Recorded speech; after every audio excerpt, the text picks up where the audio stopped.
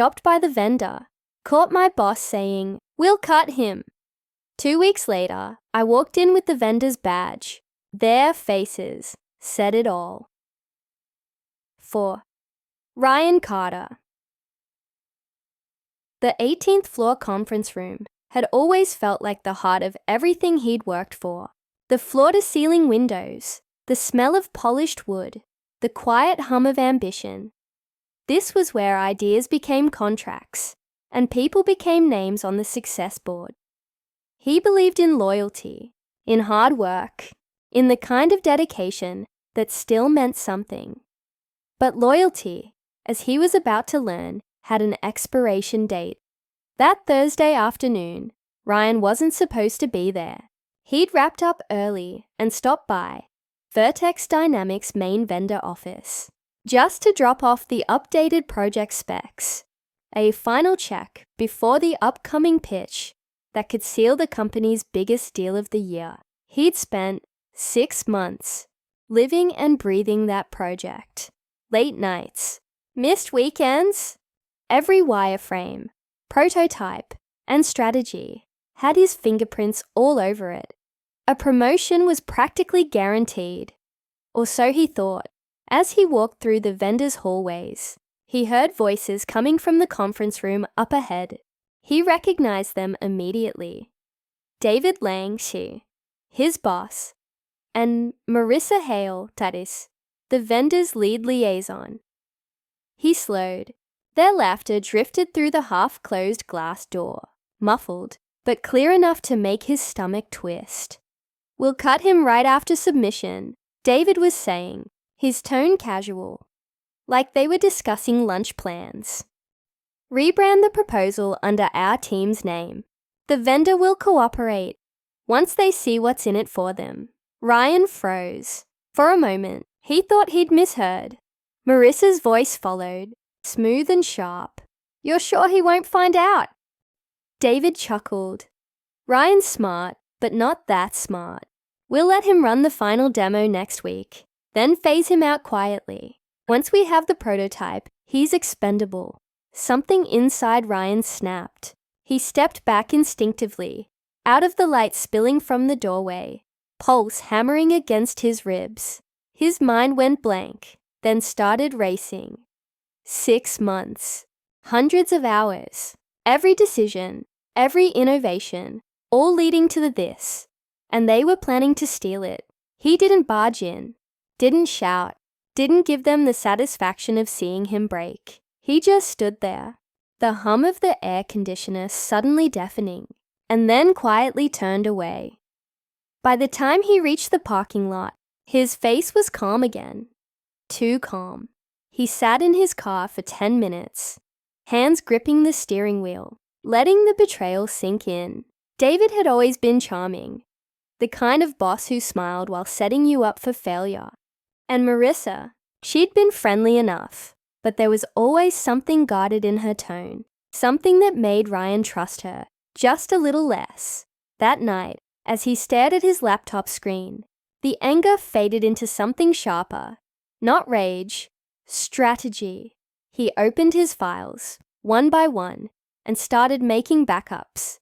Every document, every timestamp, every prototype version with his digital signature, embedded deep in the code.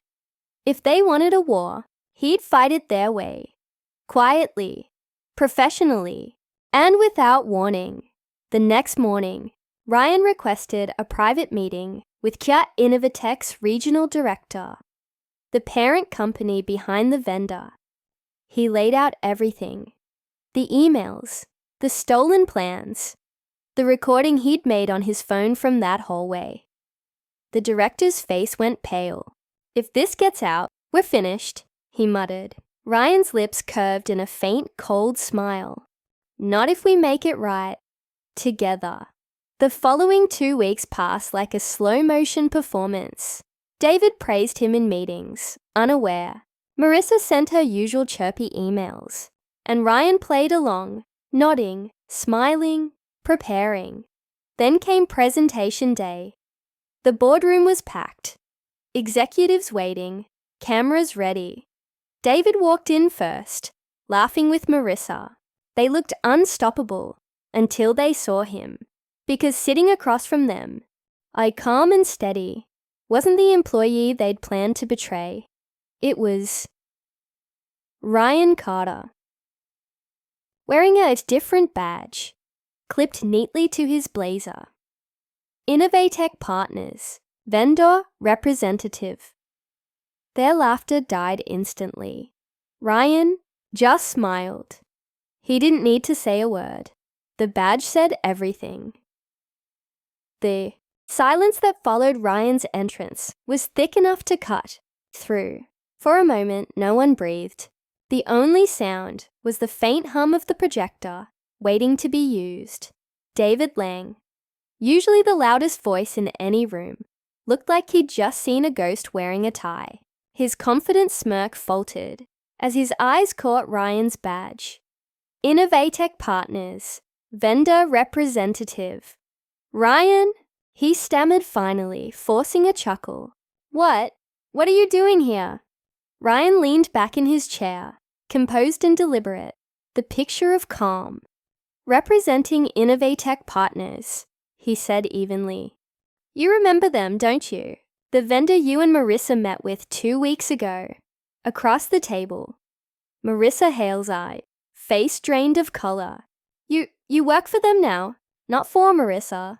Ryan smiled faintly. As a consultant, they liked my work, especially the designs you were about to present as your own. The air in the boardroom shifted. Around the polished mahogany table sat 5 executives from Solvratech, the client company worth millions in contracts. They exchanged puzzled looks, clearly sensing that something wasn't right.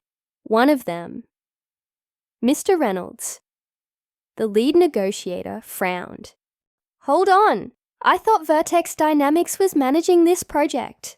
Ryan's gaze didn't waver. They were, he said, until certain ethical conflicts came to light. Innovatech now holds the original design rights, prototypes, and registered patents, all legally filed under my name. David's composure cracked. You can't prove that. Ryan didn't flinch. He reached into his briefcase, tapped his tablet, and mirrored it to the projector. Instantly, the screen filled with timestamps, version histories, and code signatures, each one linked directly to Ryan's ID. Every document verified, dated, and digitally sealed weeks before Vertex's supposed final version. Marissa's lips trembled. David's hands clenched into fists. Reynolds sat back, his tone suddenly cold. So let me get this straight. Vertex tried to present his work as theirs. Ryan's voice was quiet but steady. That's correct. I trusted my team. They chose deception. The proof's in front of you. The executives whispered among themselves. But it wasn't confusion anymore. It was outrage. Reynolds turned sharply toward David. This meeting is over. Vertex is off the contract. Effective immediately. We'll continue discussions directly with Innovatech. David's jaw tightened. He stood so abruptly, his chair screeched against the floor. You'll regret this, Ryan. You think this little stunt will save you. I made you who you are. Ryan rose too, calm, level-eyed. You didn't make me. You just made me careful. He picked up an envelope from the table and slid it toward David. These are copies of every email you sent to Marissa, including the ones detailing how you'd cut me out. I'd suggest reading them before HR and legal do. Marissa shot to her feet, panic flashing across her face. You set us up. Ryan's tone was almost sympathetic. No, you set yourselves up the moment you thought loyalty was a weakness. For a second, David looked ready to lunge across the table, but Reynolds cleared his throat sharply. Security will escort you both out. And just like that, it was over. The door closed behind them, and the silence that followed was thick with vindication. Reynolds turned back to Ryan with a faint, approving smile.